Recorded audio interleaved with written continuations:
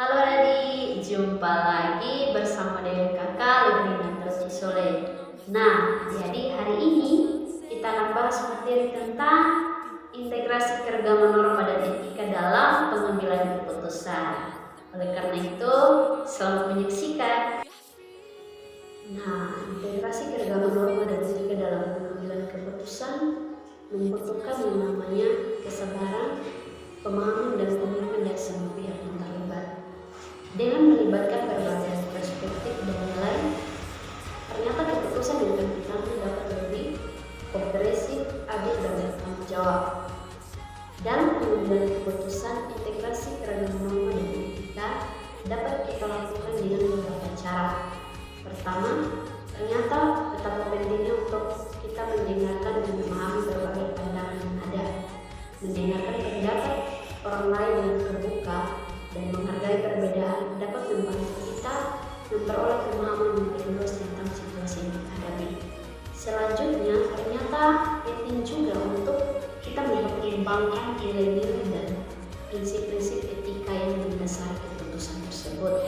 Nah, mengidentifikasi nilai-nilai yang penting bagi kita dapat mempertimbangkan implikasi etis dari keputusan yang akan diambil, kira-kira dapat membantu kita mengambil keputusan yang lebih bijaksana dan bertanggung jawab atau tidak.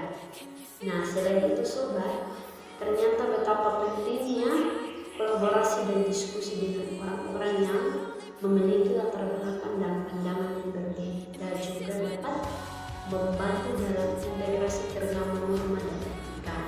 Nah sobat, ternyata melibatkan berbagai pihak dalam proses pengambilan keputusan itu dapat membantu menghindari namanya bias dan memastikan bahwa keputusan yang kita ambil mencerminkan kepentingan yang adil dan seimbang.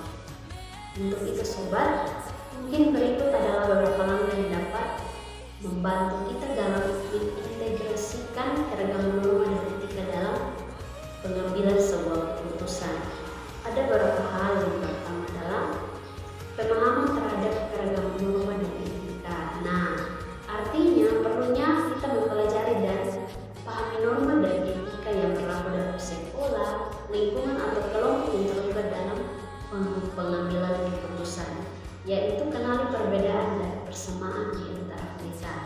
Yang kedua adalah komunikasi terbuka dan dialog. Artinya fasilitasi komunikasi terbuka dan dialog antara individu atau yang terlibat dalam pengambilan keputusan, yaitu dengan cara berikan ruang bagi setiap pihak untuk menyampaikan pandangan, nilai dan prinsip dan moral mereka.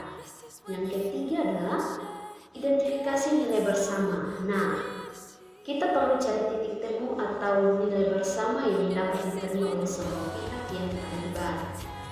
Fokus pada prinsip-prinsip moral yang mendasar dan universal seperti keadilan, kebenaran, dan kemanusiaan. Yang keempat adalah evaluasi konsekuensi. Nah, setiap pengambilan keputusan pasti memiliki namanya konsekuensi. Oleh karena itu, perlu kita mempertimbangkan konsekuensi dari setiap pilihan yang ada. Tinjau dampaknya terhadap berbagai kelompok atau individu yang terlibat, kira-kira bagaimana. Dan pastikan keputusan yang kita ambil tidak merugikan atau melanggar hak-hak pihak lain. Yang kelima adalah kompromi dan solusi yang inklusif. Nah sobat, bekerja sama untuk mencapai kompromi atau solusi yang inklusif. Pertimbangkan kepentingan semua pihak dan cari jalan tengah yang dapat diterima oleh semua orang. Yang keenam adalah evaluasi dan refleksi. Betapa pentingnya evaluasi dan refleksi sobat. Oleh karena itu, setelah keputusan diambil, perlu pentingnya kita melakukan namanya evaluasi dan refleksi terhadap pengambilan keputusan yang sudah diputuskan.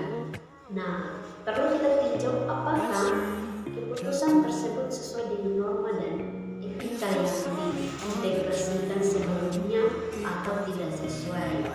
Oleh karena itu sobat, itulah penjelasan tentang integrasi keragaman norma dan etika dalam pengambilan keputusan. Nah sobat, kesimpulan dari materi ini adalah integrasi keragaman norma dan etika dalam pengambilan keputusan adalah proses menggabungkan berbagai perspektif, nilai dan prinsip yang ada dalam masyarakat maupun lingkungan pendidikan untuk mencapai keputusan adil dan bertanggung. Hal ini penting karena setiap individu atau kelompok memiliki latar belakang yang berbeda, keyakinan yang berbeda, etika yang berbeda, dan nilai-nilai. Sekian